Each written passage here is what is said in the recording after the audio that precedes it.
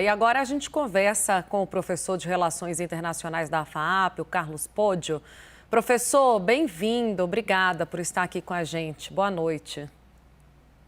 Boa noite, Tainá. Prazer conversar com você, com quem nos vê aí pela CNN Brasil.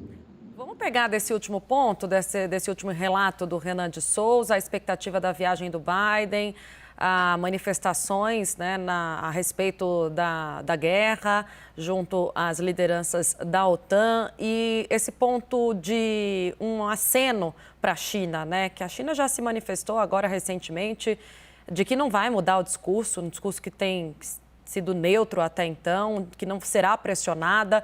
O que pode vir de diferente na fala de Biden nesse sentido, professor? Olha, Tainá, claramente o que a gente vê na estratégia dos Estados Unidos, na estratégia do Joe Biden, é a ideia de que os Estados Unidos têm um amplo arco de alianças para lidar com a Rússia, né? Isso é uma abordagem que o Biden diversas vezes insistiu que seria diferente da abordagem do Trump, né? A abordagem do Trump é uma abordagem mais de ação individual dos Estados Unidos, né? O Trump não tinha muito apreço pelos aliados norte-americanos. O Biden, ele assume o governo com o discurso de que uma das grandes vantagens dos Estados Unidos no sistema internacional é o seu amplo arco de alianças, né? E um arco de alianças que já vem de muito tempo. Isto nenhum país do mundo tem, a China não tem, a Rússia não tem, esta aliança forte e duradoura com os europeus. Então, acho que é um pouco isso que a gente vai ver nesta viagem do Biden à Europa. Existem até rumores de que é possível que o Biden vá a Kiev visitar o Zelensky. Isso seria, simbolicamente, uma imagem bastante forte, né? Mas, claramente, neste momento que a gente tem visto, é um processo de reconfiguração da aliança entre Estados Unidos e Europa num sentido muito mais profundo, né? Isso foi uma das coisas que o Putin conseguiu com a sua invasão. Ele conseguiu fazer com que a Europa se unisse mais e que Estados Unidos e Europa articulem de forma mais próxima as suas políticas. Agora, essa possibilidade dele visitar a Polônia, né? Já descartou aí a Ucrânia, mas a Polônia é onde está a maior parte dos refugiados. O que significa isso? O que pode sinalizar essa visita de Biden à Polônia, professor? Muito que a gente vê desses processos políticos, tá? Inclusive até o discurso do Zelensky, o discurso do Putin, essa postura, a viagem do Biden, as visitas que ele faz, muito no terreno do simbólico, né? Então, a política também é um elemento, a parte simbólica é também uma parte importante da política. Agora, uma coisa que a gente precisa identificar, e essa talvez seja um trabalho um pouco mais complicado, é ver o que está por baixo dos discursos, né? Então, quando o Zelensky, por exemplo, fala da Terceira Guerra Mundial, ou quando o Putin diz que está disposto a negociar alguns pontos específicos, uma coisa é aquilo que é dito, outra coisa é aquilo que, de fato, são os objetivos dos atores, né? Então, a gente observa esses movimentos de cada um desses líderes, tentando entender o que está por trás de uma fala ou de uma ação específica, né? No caso do Biden, claramente, os Estados Unidos vão até a Polônia é a fronteira com a Ucrânia, para dizer que os Estados Unidos estão dispostos a defender o território da OTAN. Nesse sentido, me lembra o Kennedy, quando vai a Berlim, né, dizendo, eu sou um berlinense. Ele estava comunicando para os soviéticos que não permitiria, né, naquele momento, nos anos 60, que não permitiria que os soviéticos avançassem para além da zona de influência soviética, né? Então, é mais um desses momentos que os Estados Unidos está marcando posição na Europa como o principal defensor da segurança europeia. Vou chamar o Renan de Souza, nosso analista de internacional, para participar dessa entrevista. Renan, contigo. Olá, professor Poggio, boa noite. Eu gostaria de fazer uma pergunta no sentido do plano de paz. O senhor mesmo tuitou algumas horas atrás, dizendo que para a gente pensar em algum plano de paz, a gente tem que entender quais são os reais objetivos da Rússia, né? Os objetivos políticos. E a gente vê esses objetivos mudando. A Rússia falava de OTAN, depois queria combater o genocídio, depois desnazificar e também desmilitarizar a Ucrânia. Então, quais são os reais objetivos políticos da Rússia nesse momento, professor?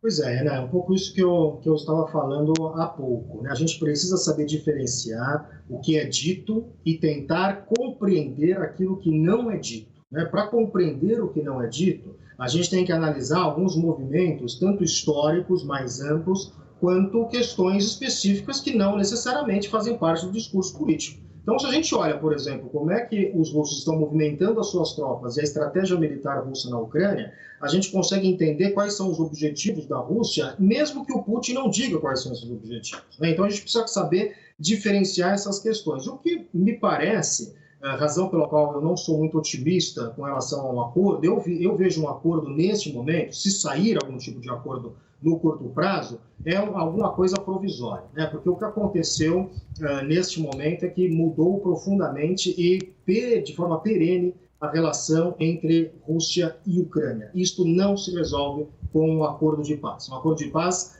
se houver, vai ser para os dois lados ganharem tempo, né? O que a gente consegue observar nas ações da Rússia? Se a gente volta lá no século XIX, a Rússia sempre se incomoda com movimentos mais liberalizantes nas suas fronteiras, né? Então, eles invadiram a Ucrânia, invadiram a Hungria durante as revoluções de 1848, a chamada Primavera dos Povos, invadiram novamente a Hungria em 1956, no contexto da União Soviética, quando os húngaros queriam liberalizar um pouco o seu sistema político. Mesma coisa vimos na Tchecoslováquia em 1968, a chamada Primavera de Praga. E o que incomoda o Putin é a possibilidade de uma Ucrânia aliada do Ocidente, uma Ucrânia democrática e próspera. Por quê? Porque isso representa para o Putin uma ameaça ao seu próprio governo, né? Se os russos olham para o outro lado e veem outros russos na Ucrânia, pessoas falando russo, e vivendo num país mais próspero, mais democrático portanto, além de tudo, mais aliado ao Ocidente, isto representa, do ponto de vista do Putin, um problema. Então, o que a gente tem visto na estratégia militar russa é uma estratégia de destruição. Claramente, o que ele pretende é a destruição da Ucrânia, né? Isso está claro. Não é uma estratégia militar simplesmente de captura da capital ou de tentar algum tipo de outra articulação política. Não. Ele pretende, o Putin prefere ter a Ucrânia como um Estado falido do que ter a Ucrânia como um Estado próspero, porque a Ucrânia como um Estado próspero ameaça a sua existência enquanto governo. Então, dentro dessas condições, é muito difícil a gente imaginar um acordo de paz, né?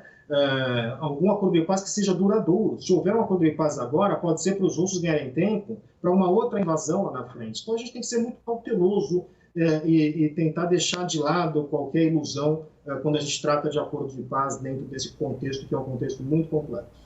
Agora, professor Pódio, mais cedo o Zelensky disse que está pronto para conversar com Vladimir Putin e que, se essas conversas falharem, essa seria a Terceira Guerra Mundial. Qual é a sua avaliação dessa fala do Zelensky, professor? De novo, né, nós temos aqui discursos políticos cujo objetivo, às vezes, não estão ditos, né? É óbvio que para o Zelensky interessa parar esta guerra o mais rápido possível, interessa parar a ofensiva russa. E por essa razão é que ele utiliza um linguajar, uma retórica muito forte às vezes, né? Pedindo auxílio da OTAN em zona de exclusão aérea, falando em Terceira Guerra Mundial, porque ele é um comunicador, ele sabe lidar muito bem com as palavras, né? A gente tem visto isso, inclusive, nos discursos que ele tem feito no Parlamento Britânico, no Parlamento Americano, né? Sempre adaptando o discurso com relação à plateia.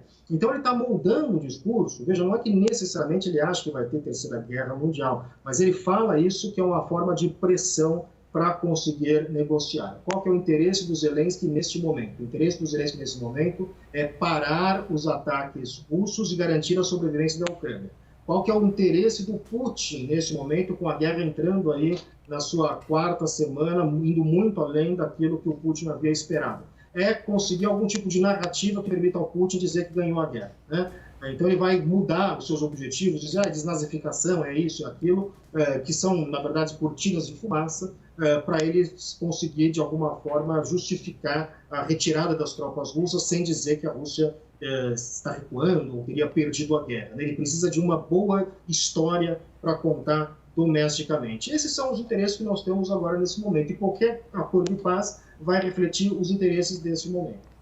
Professor Carlos Pódio, muito obrigada pela entrevista e a gentileza de conversar com a gente num domingo à noite, explicar tudo aqui que a gente precisa saber. Até uma próxima. Até a próxima, Tainá. Prazer conversar com você, com o Renan e quem nos vê aí pela CNN.